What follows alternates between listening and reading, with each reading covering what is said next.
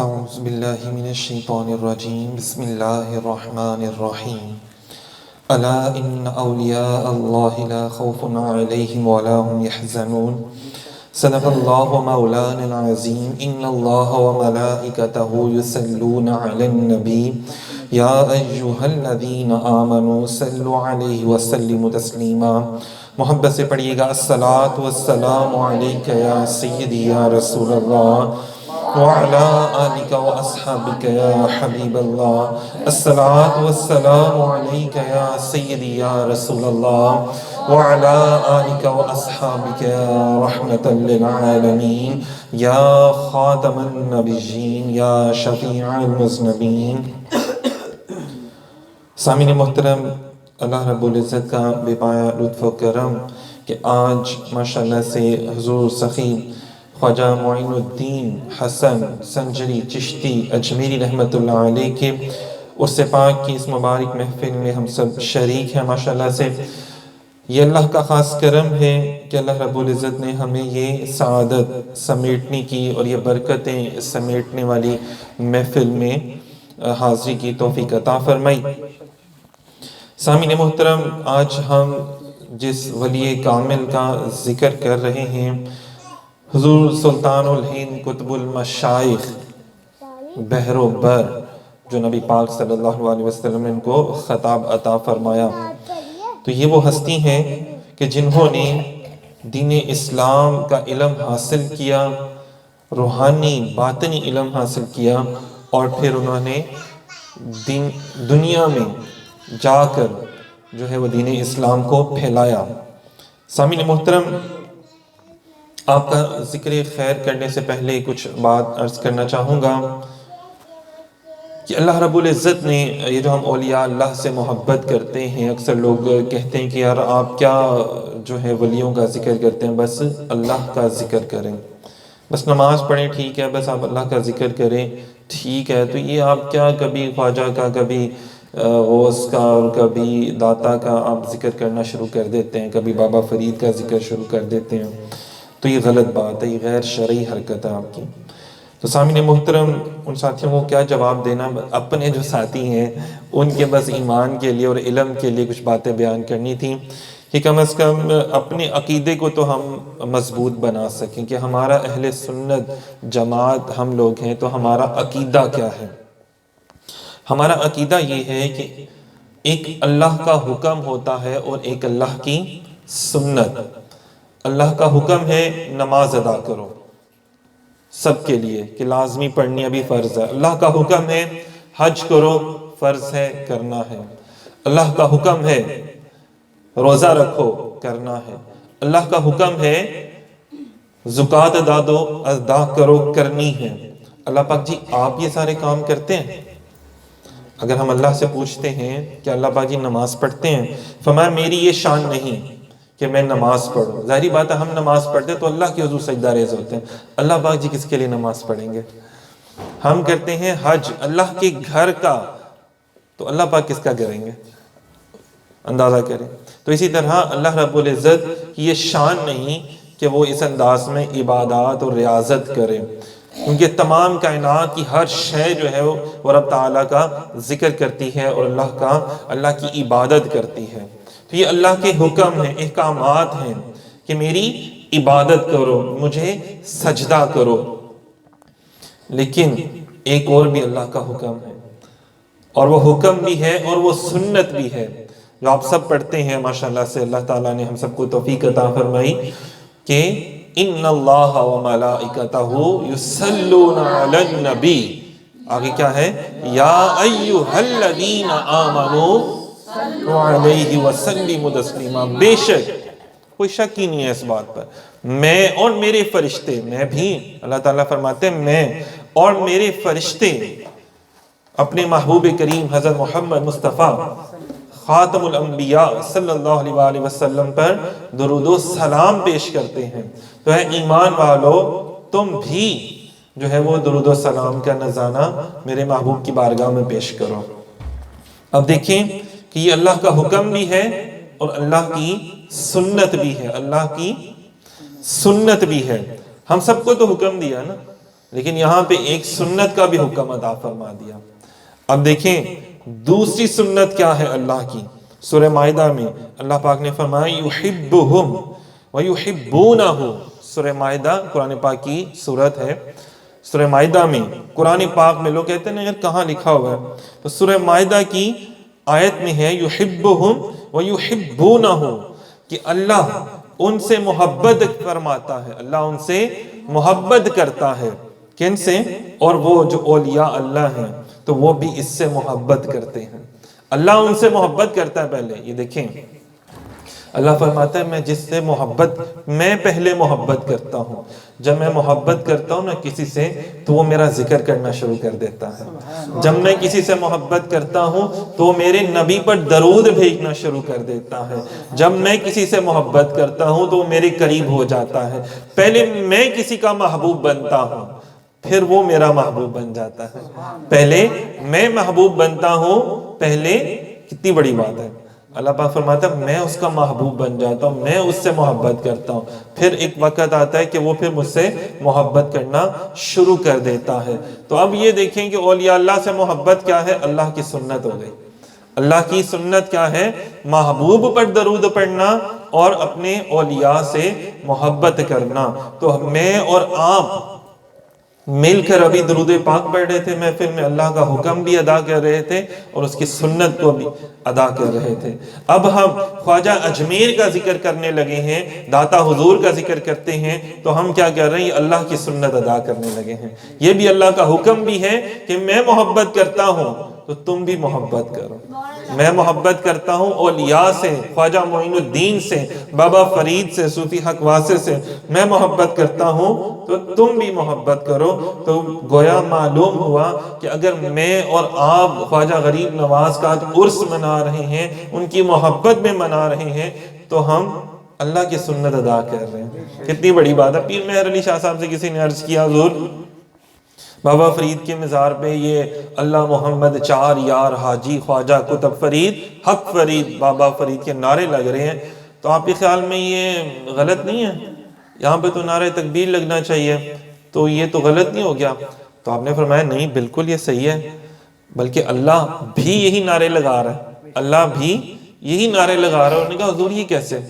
پیر مہر علی شاہ صاحب فاتح قادیانیت، ناموس رسالت کے کتنے بڑے امام ہیں، فرماتے ہیں کہ جناب تم نے قرآن پاک نہیں پڑھا، فَاذْكُرُونِي أَذْكُرْكُمْ وَاشْكُرُوا لِي وَلَا تَكْفُرُونَ، تم میرا ذکر کرو میں تمہارا ذکر کروں گا۔ تو بابا فرید نے اپنی ظاہری زندگی میں اللہ کا اتنا ذکر کیا کہ آج رب جو ہے وہ اس کا ذکر، ان کا ذکر فرشتوں کی جماعت میں بھی کر رہا ہے اور پوری مخلوق سے بھی ان کا ذکر کروا رہا ہے۔ یہ خود حدیث قدسی ہے کہ جو میرا ذکر کرتا ہے اکیلے بیٹھ کے تو میں اوپر عرش اعظم پر اس کا ذکر کرتا ہوں، جو جماعت میں بیٹھ کے میرا ذکر کرتا ہے میں فرشتوں کی اعلیٰ علیین کی جماعت میں بیٹھ کے اس کا ذکر کرتا ہوں، جو عام عوام میں میرا ذکر کرتا ہے تو میں کیا کرتا ہوں، فرشتوں کو زمین میں دنیا میں پھیلا دیتا ہوں کہ یہ بندہ مجھ سے محبت کرتا ہے، لوگوں کے دلوں میں اس کی محبت پیدا کر دو اور اس کا ذکر جاری کر دو۔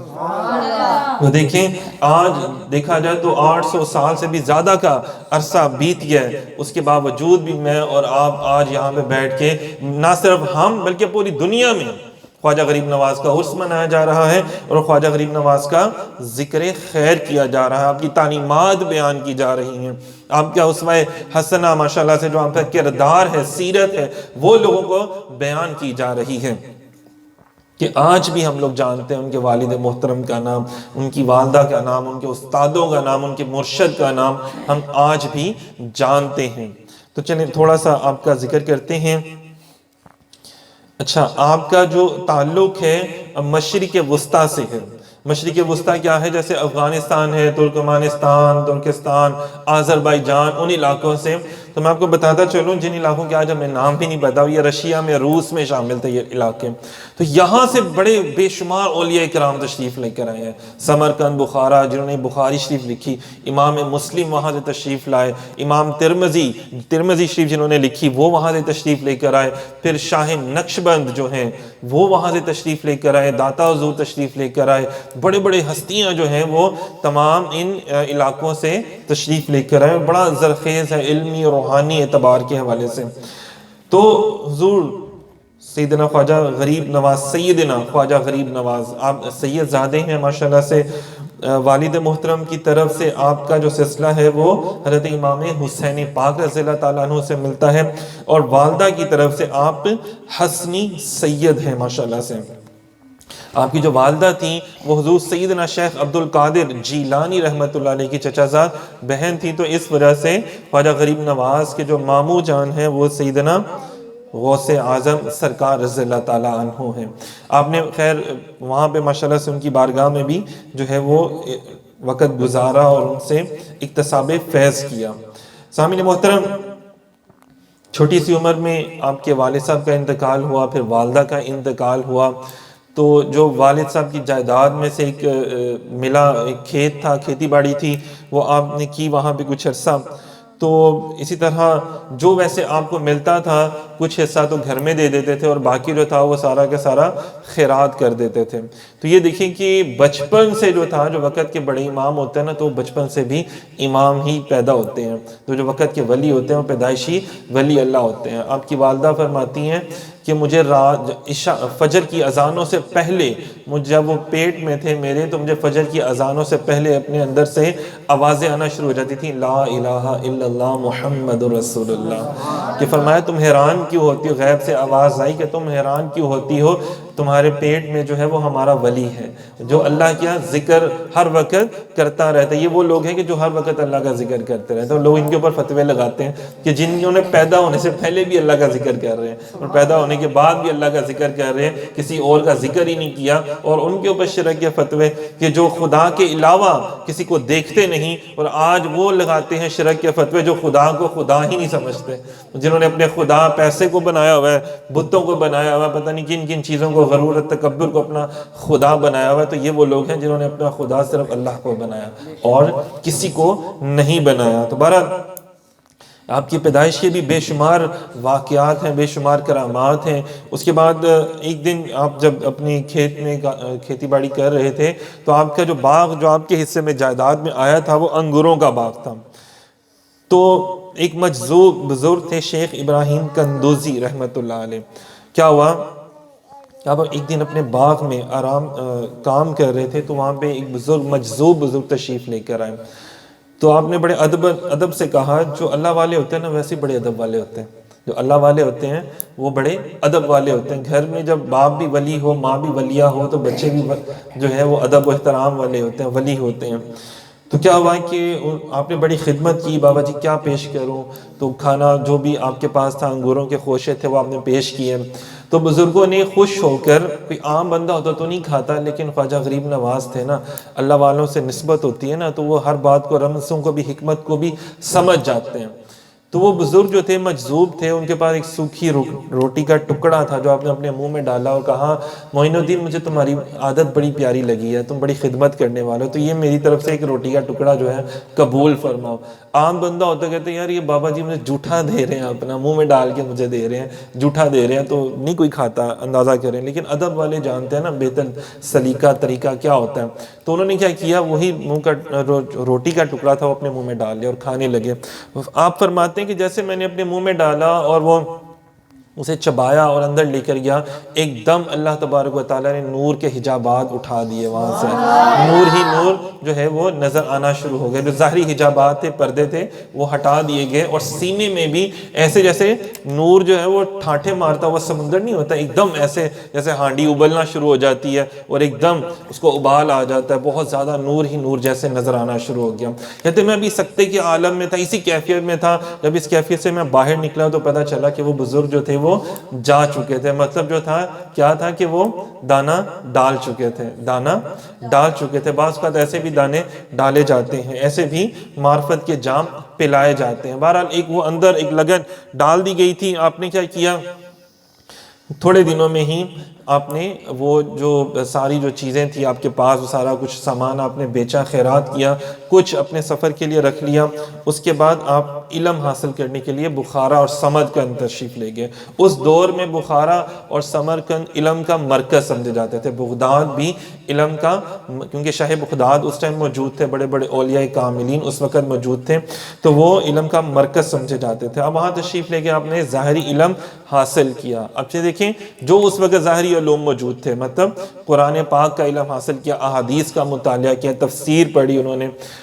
ایک بڑے غور طلب بات ہے کہ آج لوگ کہتے ہیں کہ یار ہم پیر صاحب کے پاس جائیں ولی کامل بن جائیں، پیر صاحب کے پاس جائیں اور ولی کامل بن جائیں، جبکہ سلطان باہو سرکار فرماتے ہیں علم باج کوئی فقر کماوے کافر مرے دیوانہ ہو، سہ بریان دی عبادت کرے رب اللہ کو لو بگانہ ہو۔ کہ جو علم نہیں ہے ہوگا جس بندے کو تو وہ کتنی بے ادبیاں کر جائے گا، کتنی گستاخیاں وہ کر جائے گا۔ تو پہلے یہ کہ تم ظاہری علم حاصل کرو، کیا قرآن و شریعت کا علم حاصل کرو۔ تو جتنے بھی اولیاء اللہ اگر آپ دیکھیں ان کی ہسٹری کا مطالعہ کریں، ان سب نے اس دور میں جو علم ظاہر جو تھا اور علم شریعت جو تھا وہ انہوں نے لازمی حاصل کیا۔ جب علم شریعت حاصل کر لیا لیکن دل میں ایک وہ بیج تو ڈال دیا گیا تھا نا معرفت کا، نور کا، اب اس کی لگن اور ایک تڑپ جو تھی وہ دوبارہ سے شروع ہو گئی کہ یار علم جس کا حاصل کیا اب اس کو دیکھنا بھی تو ہے نا۔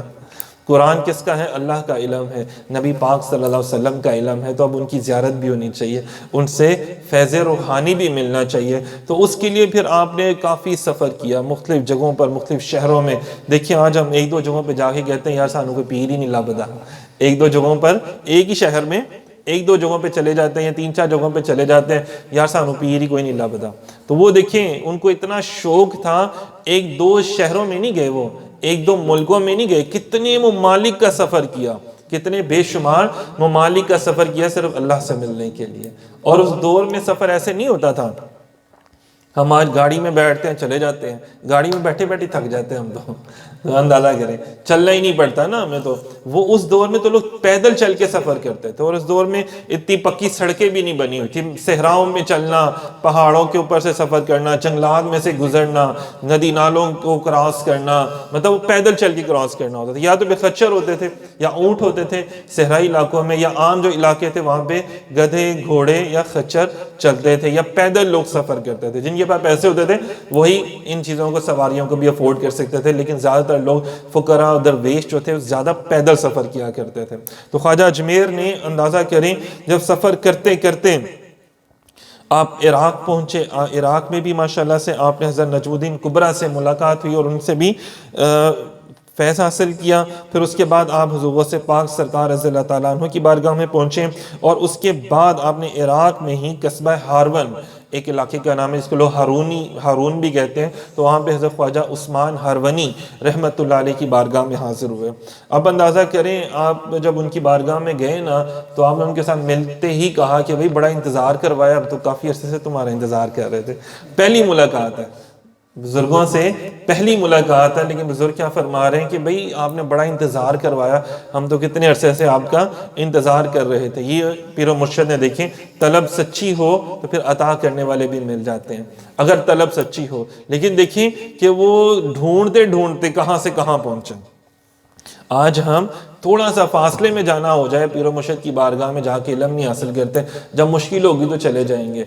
لیکن یہ دیکھیں کہ ان کو کوئی مشکل نہیں تھی، یہ تو صرف دین کا علم اور باطنی علم حاصل کرنے کی اتنی لگن تھی، اپنے رب تک پہنچنے کی اتنی لگن میں انہوں نے ہزاروں میل کا سفر جو تھا وہ پیدل طے کیا مرشد کے لیے۔ اور پھر جب مرشد مل گئے تو ان کی بارگاہ میں حاضر ہوئے اور انہوں نے شراب معرفت کے پھر ان کو جام پلائے۔ کیسے پلائے؟ بڑا مشہور واقعہ ہے کہ جو خاندان چشت میں روایات چلتی آ رہی تھی، تھوڑا سا مجاہدہ ایک دن اور ایک رات کا مجاہدہ کرواتے تھے، اور پھر سورہ اخلاص کہا پڑھو۔ جب سورہ اخلاص پڑھی قریب بلایا، فرمایا دیکھو اوپر کہاں تک نگاہ جاتی ہے، باطنی نگاہ کہاں تک جاتی ہے؟ فرمایا حضور عرش اعظم نظر آ رہا ہے۔ فرمایا پھر ایک سورہ اخلاص پڑھو 1000 مرتبہ۔ جب پڑھی فرمایا نیچے دیکھو کہاں تک نگاہ جاتی ہے۔ جب نیچے دیکھا تو تحت الثری تک نگاہ چلی گئی۔ اچھا پڑھتے لوگ بتھیرا سورہ اخلاص، ہر بندہ ہی سورہ اخلاص پڑھتا ہے، کیا ہر بندے کو عرش اعظم نظر آ جاتا ہے؟ کیا ہر بندے کو تحت الثری نظر آ جاتا ہے؟ کیا ہر بندے کو 18,000 عالم کا دیدار ہو جاتا ہے؟ نہیں، دیدار کروانے والا بھی ہو، دیدار کرنے والا ہو، دونوں لازم ہیں۔ دیدار کروانے والا بھی ضروری ہے اور دیدار کرنے والا بھی ضروری ہے۔ یہاں پہ تو دیدار ہو کرنے والے بھی جناب صاحب ایسے ہیں جنہوں نے کبھی نماز نہیں پڑھی، جو ہر بات پہ گلے شکوے، بے صبری کا، نا امیدی کا مظاہرہ کرتے ہیں اور کہتے ہیں اللہ رب نے سانو کچھ دیتا ہی نہیں۔ لیکن دیدار بھی اس کو ہوتا ہے جو کامل یقین رکھتا ہے اپنے رب کی ذات کے اوپر، اور جو بہت انتہائی اخلاص رکھتا ہے، تقوی اختیار کرتا ہے، تو اللہ کی باتوں کو مانتا ہے. ہم تو اللہ کو مانتے ہیں نا. جو اللہ کی باتوں کو بھی مانتا ہے نا, پھر اس کو اخلاص بھی, پھر اس کی تھوڑی سی عبادت بھی بہت بڑی قبول ہو جاتی ہے, بہت زیادہ قبول ہو جاتے ہیں. کیونکہ پھر اللہ جو ان سے محبت کرتا ہے, جب اللہ ان سے محبت کرتا ہے نا, تو ان کے کام بھی سارے عاشقوں والے ہو جاتے ہیں, سارے ان کے کام بھی ویسے ہی عاشقوں والے ہو جاتے ہیں نا. ہم تو کہتے ہیں کہ یار زمانہ بڑا خراب ہے, زمانہ بڑا خراب ہے, ماحول بڑا خراب ہے. حالانکہ مسلمان حکومت میں ہم رہتے ہیں, اور ہم یہاں کہتے ہیں کہ نہیں یار دین کا کام نہیں کرنا, لوگ مذاق اڑائیں گے, اور نہیں یار یہ لوگ جو ہے برا بھلا کہنا شروع کر دیتے ہیں. ذرا سی کوئی دین کی بات کرے, کوئی محفل کرائے, وہ یار تسی محفلیں ہی کرتے رہتے ہو, چھڑ دو یار, کی ہو گیا تانوں, چلو کوئی پارٹیاں ہی کر لیا کرو. تو پھر تو اسی سارے ہی آواں گے نا, پھر تو اسی پارٹیاں دے وچ سارے ہی آواں گے. تسی محفل کرا لیندے ہو, بڑا بور لگدا ہے سانوں, اے کام ہی بڑا بور ہے. تو لوگ تھوڑی سی تنقید کرتے ہیں, تو ہم لوگ تھوڑی سی تنقید سے گھبرا کے اچھا اور نیک کام سے پیچھے ہٹ جاتے ہیں. تو آپ غور کریں ذرا کہ جس دور میں خواجہ غریب نواز رحمۃ اللہ علیہ جب آپ تشریف لے کر گئے ہندوستان میں, تو وہ کیسا دور تھا کہ وہاں پہ مسلمان بہت کم تھے, اور جو تھے بھی تو وہ بھی دبے ہوئے تھے. اتنے دبے ہوئے تھے کہ اگر وہ ان کو اجازت نہیں تھی کہ جو بڑے بڑے راجا مہاراجا ان کی گلیوں میں بھی جانے کی اجازت نہیں تھی, اور شودر لوگوں کو سمجھا جاتا تھا. جو غریب لوگ تھے ان کو تو بہت ذلیل و رسوا کیا جاتا تھا. تو یہ وہ دور تھا کہ جہاں پہ مسلمانوں کے لیے بھی سخت تھا, اور وہاں کے جو غریب طبقہ تھا اس کے لیے بھی بہت زیادہ سخت دور تھا, بہت زیادہ سخت دور تھا. ہم تو یہاں بھی کہتے ہیں نا کہ مسلمان حکمران, تو وہاں پہ تو سرے سے مسلمان حکمران تھے ہی نہیں, سرے سے مسلمان حکمران تھے ہی نہیں. اور وہاں پہ کوئی آپ کی بہت بڑی جماعت بھی نہیں تھی. جب آپ وہاں پہ تشریف لے کر گئے تو صرف 40 درویش آپ کے ساتھ تھے, وہ بھی سارے آپ کے گھر والے یا آپ کے مریدین تھے, گھر والے یا مریدین تھے, اندازہ کریں. لیکن جب خواجہ معین الدین چشتی اجمیری رحمت اللہ علیہ وہاں پہ تشریف لے کے گئے نا, تو اللہ پاک کہتے ہیں میں جن سے محبت کرتا ہوں پھر میں بھی ان کا محبوب بن جاتا ہوں.